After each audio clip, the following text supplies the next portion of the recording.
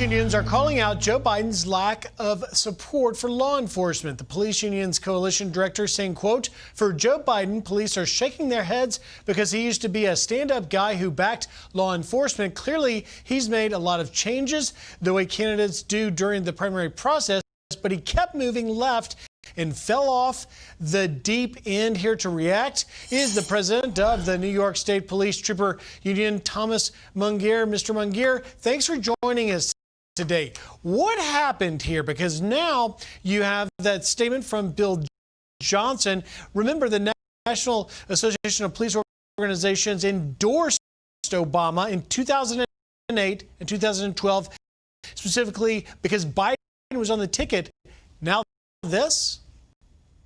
Yeah, it's amazing. Mr. Biden has shown support for police in the past. I know with my counterparts down in the Delaware State Police when he was senator, he was very supportive. I was at the vice president's house in 2006 with a contingent of troopers from the National Troopers Coalition. We were warmly received. But anyone who comes out with a statement that just shoot him in the leg when a unarmed knife wielding person is coming at you, listen, I can't see anybody getting behind anybody with that mindset.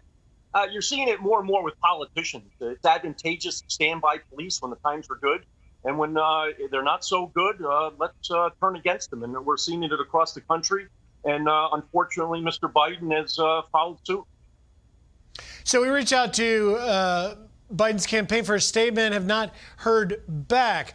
But what advice do you give the former vice president who now has the nomination to maybe at this important inflection moment in the country on going forward? Can he right this ship, and what should he do?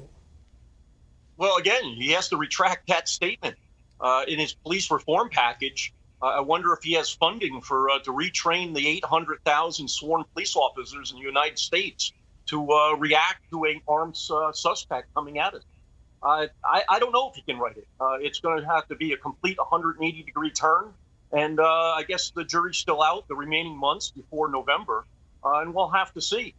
We have somebody in the White House right now that has shown support for the police continually. So I would say that Mr. Biden has a long way to go. He had a good track record years ago, but again, I echo Bill Johnson's comments that he's gone so far left that he's practically falling off the edge.